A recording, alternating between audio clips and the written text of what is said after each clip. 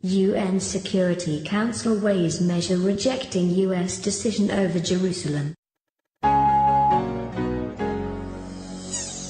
United Nations Security Council is considering a draft resolution finding any change to the status of Jerusalem has no legal effect and must be reversed, after the US recognized the city as Israel's capital. Egypt circulated the draft text on Saturday, December 16, and diplomats said the Council could vote on the proposed measure as early as Monday.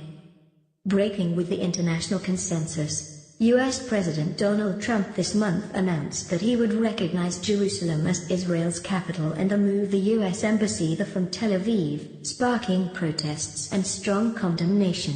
The draft resolution obtained by AFP stresses that Jerusalem is an issue to be resolved through negotiations and expresses deep regret at recent decisions concerning the status of Jerusalem, without specifically mentioning Trump's move.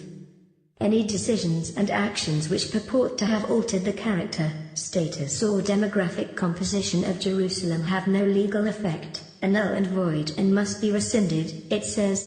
Diplomats said they expected the United States to use its veto power to block the measure while most, if not all, of the 14 other council members were expected to back the draft resolution. U.S. Vice President Mike Pence will visit Jerusalem on Wednesday, wading into the crisis over one of the most controversial issues in the Israeli-Palestinian conflict. Israel seized control of the eastern part of the city in the 1967 Middle East War and seized the whole of Jerusalem as its undivided capital. The Palestinians view the east as the capital of their future state. No embassies in Jerusalem.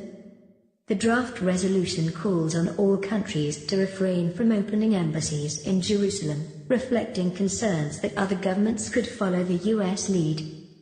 It demands that all member states not recognize any actions that are contrary to UN resolutions on the status of the city.